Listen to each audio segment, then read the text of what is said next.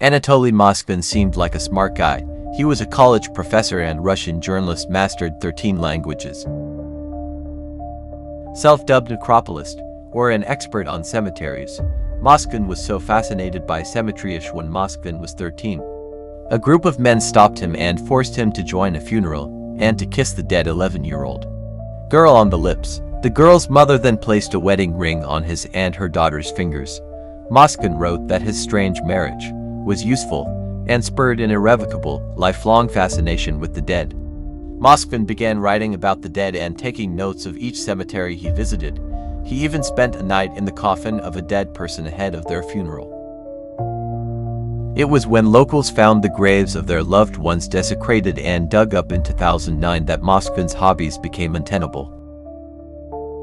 In 2011, they found Moskvin painting over the pictures of dead Muslims. While he wasn't desecrating the bodies themselves, authorities arrested him and searched his apartment. That's when they realized they'd stumbled upon a real-life horror story. Inside his house there was countless life-size dolls littered the apartment, which Moskvin shared with his parents. The dolls' hands were covered in fabric, and makeup covered their faces. It quickly became apparent that these were not inanimate objects. These were the mummified corpses of human girls. When police tried to move them, music began to play.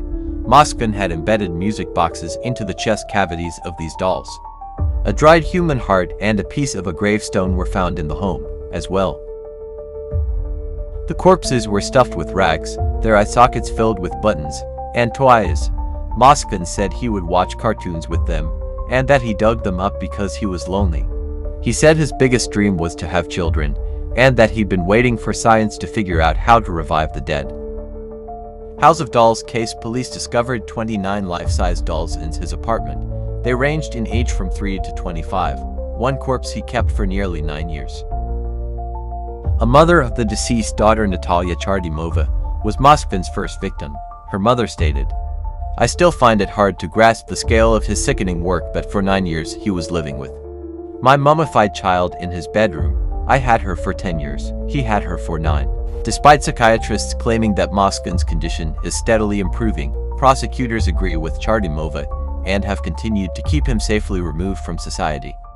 The Russian media called him the Lord of the Mummies. Moskvin was charged with a dozen crimes, all of which dealt with desecration. He is still locked up. Families are still grieving on how this can possibly happen. If you like these creepy true crime stories, please follow us for more.